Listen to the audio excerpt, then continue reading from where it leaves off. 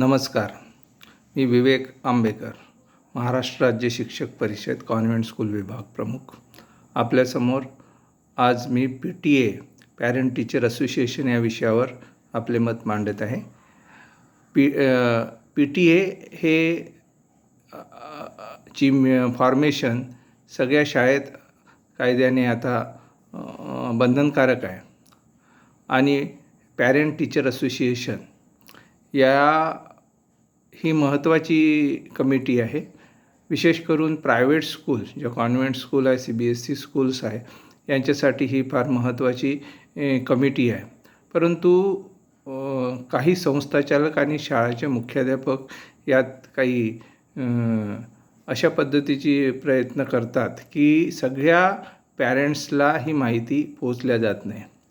खरं म्हणजे PTA फॉर्मेशनच्या वेळेस प्रत्येक क्लासमधने जितके पॅरेंट्स असेल त्या क्लासमधल्या प्रत्येक पॅरेंट्सला निमंत्रण गेले पाहिजे आणि त्या पॅरेंट्सनी आपल्या क्लासमधून त्या वर्गात ज्याचे पाल्य शिकत आहे तिथून 2 पॅरेंट्सची नियुक्ती केली पाहिजे आणि ते नंतर सगळे सेक्शनचे पॅरेंट्स हे पॅरेंट टीचर असोसिएशनच्या उपाध्यक्ष आणि सहसचिवची नियुक्ती करतात.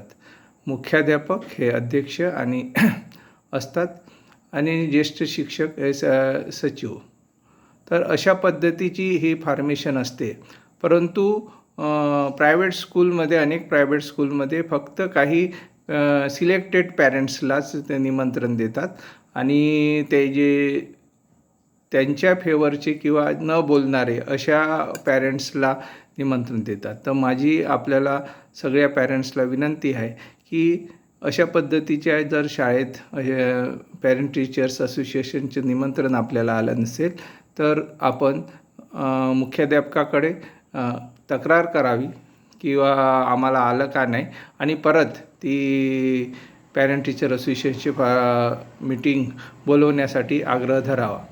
आणि या पॅरेंट टीचर असोसिएशनच्या माध्यमातून आपल्याला जो सरकारने अधिकार दिले आहे की प्रायव्हेट स्कूल जे कॉन्व्हेंट स्कूल्स आहे तिथले शिक्षक पात्र आहे की नाही, तिथली आर्थिक व्यवस्था त्यांची योग्य आहे की नाही, ज्या पद्धतीने ते फी आकारणी करतात ती फी आकारणी कायद्यात बसते की नाही, ह्या सगळ्या गोष्टीची चौकशी आपण या पॅरेंट टीचर असोसिएशनच्या माध्यमातून संस्थाचालकांना करावे.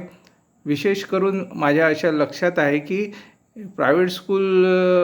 काही प्रायव्हेट स्कूलमध्ये विषय शिक्षक न देता ज्या शिक्षक आहे त्यांनाच वेगळे विषय शिकवायला देतात.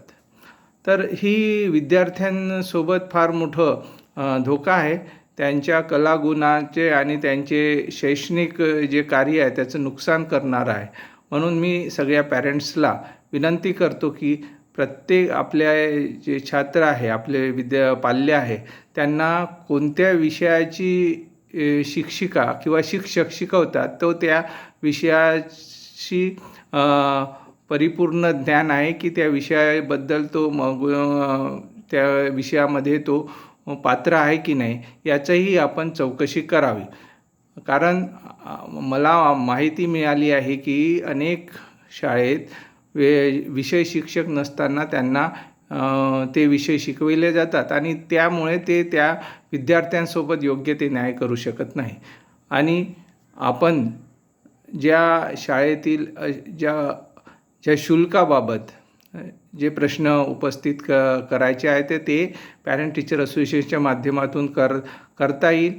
संस्थाचालक त्यात जर आडकाठी करत असेल तर त्याची तक्रार आपण शिक्षणाधिकारी, जिल्हाधिकारी, जिल्हा कार्यकारी अधिकारी, जिल्हा परिषद, शिक्षण संचालक यांच्याकडे करू शकता व अशा शाळेत कशा पद्धतीचं अनैतिक आणि बेकायदेशीर काम सुरू आहे याबद्दलची माहिती देऊ शकता.